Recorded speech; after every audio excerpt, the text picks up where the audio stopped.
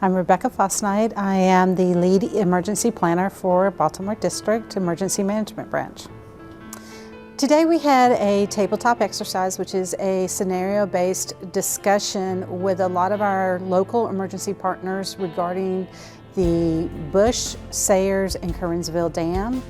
And we discussed a spillway flow scenario with a tropical storm similar to Hurricane Agnes, and those amounts of rainfall and flooding in the area, and what the local communities, the Commonwealth of Pennsylvania, what we would all be doing in this situation so that we can understand our local emergency managers' needs and requirements, and they know what the risks are. There are certain risks when it comes to dams and levees. The dams and levees mitigate a lot of flooding risk, but there remains a risk. Even if it's a 0.01% risk, there is a risk.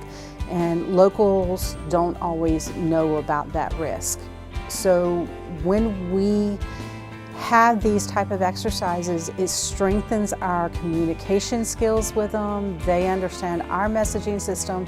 We understand what they need and how we can respond and help them in a catastrophe or an emergency situation. So my name is Leon Skinner, and I am an emergency management specialist for the Baltimore District Army Corps of Engineers.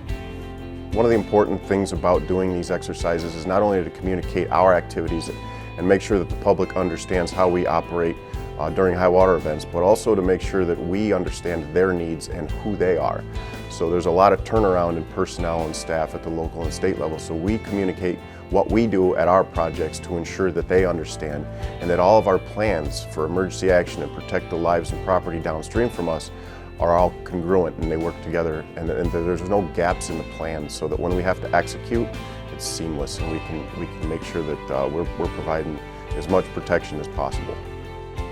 So the importance of today and the communication that we go through today is to make sure that the local and state officials that are in charge of, whether it be evacuations or notification, things of that nature, road closures, we need to communicate what we do and when we do it so that they can be more efficient and effective, so that they can then convey that information to the general public to ensure that they take all of their appropriate steps to make sure that they are prepared in the event of high water.